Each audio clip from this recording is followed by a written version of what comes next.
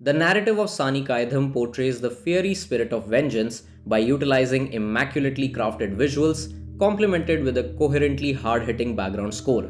It is a story of retaliation towards injustice and inhumane actions representing the demonic nature of casteism. The film attempts to show us the immoral extent of this social evil. The nature of that retaliation is as gruesome and unapologetically gory as the deeply penetrated wounds inflicted by the perpetrators of the crimes. Director Arun Matheswaran has collaborated with DOP Yamini Yagnamurthy and composer Sam CS in his sophomore feature to once again achieve a visual language that inflates the heart of the cinephile inside me with great pride and joy. And in this video, I'm going to cover a couple of scenes that are fueled with profound meanings and symbolism. Some of these scenes appear on the screen for hardly 10 seconds, but they have the power to convey plenty of emotional depth even during a momentary appearance. Now I'm guessing that since you chose to click on this video, you're already familiar with the story and plot of Saani Kaayidham. So I'll be focusing on just those specific moments that I want to cover in this video. Let us start with the opening scene itself, where we get to meet our lead characters. With a J cut, we are made to listen to the cries of a woman who's pleading to let her go. The frame opens with Sangaya looking at the shoreline through a window. The woman continues to scream and beg for her life. Sangaya turns back and starts walking away from the window. The handheld camera follows his movements and complements the emotional intensity of this situation. We meet our second protagonist, Ponni, the one who was torturing the woman to reveal some information. The makers of the film want the audience to fully understand and absorb the vibe of this moment. Hence, we see the use of a single take to reveal the condition of the woman and how she was being tortured by Ponni. Sangaya tells Ponni that she did not stab her enough. That's because Ponni wants to burn the woman alive. After Ponni fetches the kerosene can, Sangaya gives her the matchbox. There is no hesitation, no questioning, and most importantly, no fear in the eyes of these two characters.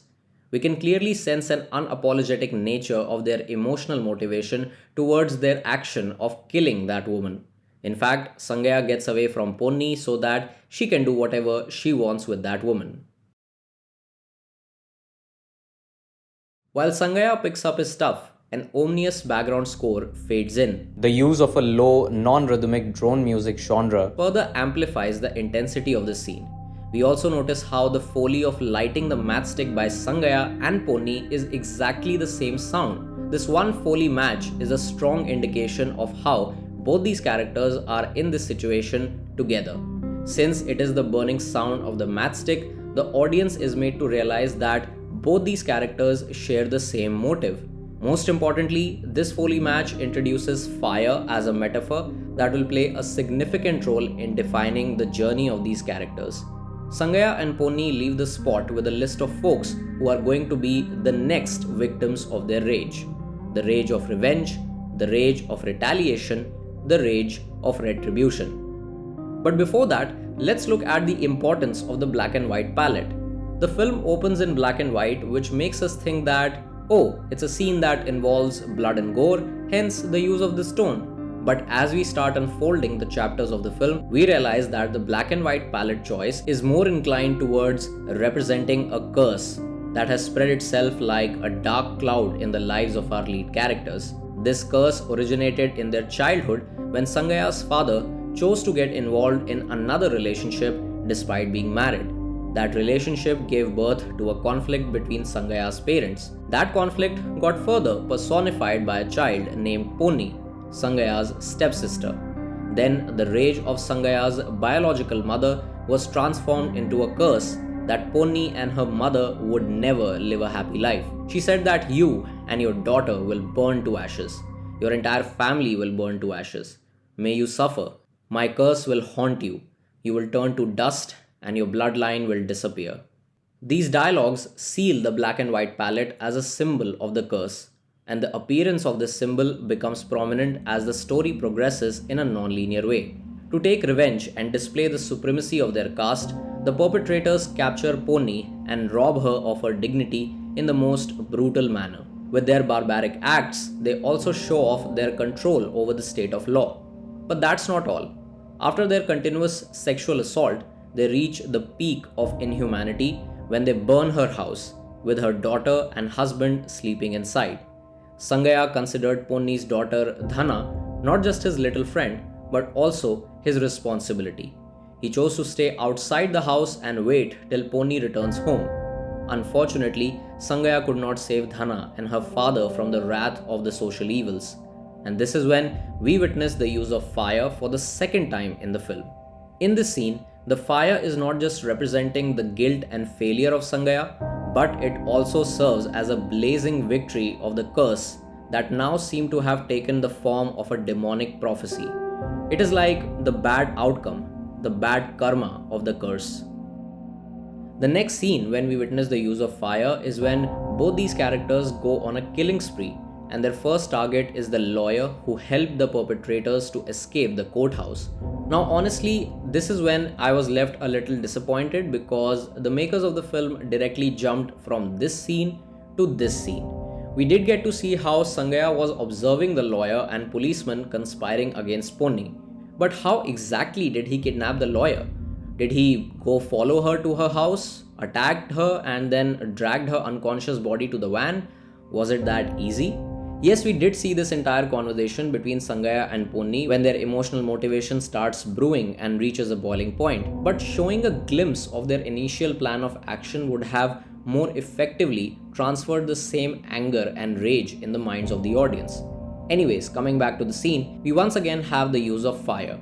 We had previously watched the scene in black and white, but this time we see their first act of revenge in its true color. The fire that wreaked havoc in their lives is now being used to mark the beginning of retaliation. They start punishing each and everyone who was responsible for destroying everything: their lives, their dreams, their wishes, everything. But while walking on this path of retribution, they did not realize that revenge comes at a price, and they might have to pay the price with their own life. That's exactly what we witness in the climax. Sangaya kills all the goons so that Ponni can take her final revenge. But in the process of protecting her, Sangaya gets badly injured and loses a lot of blood.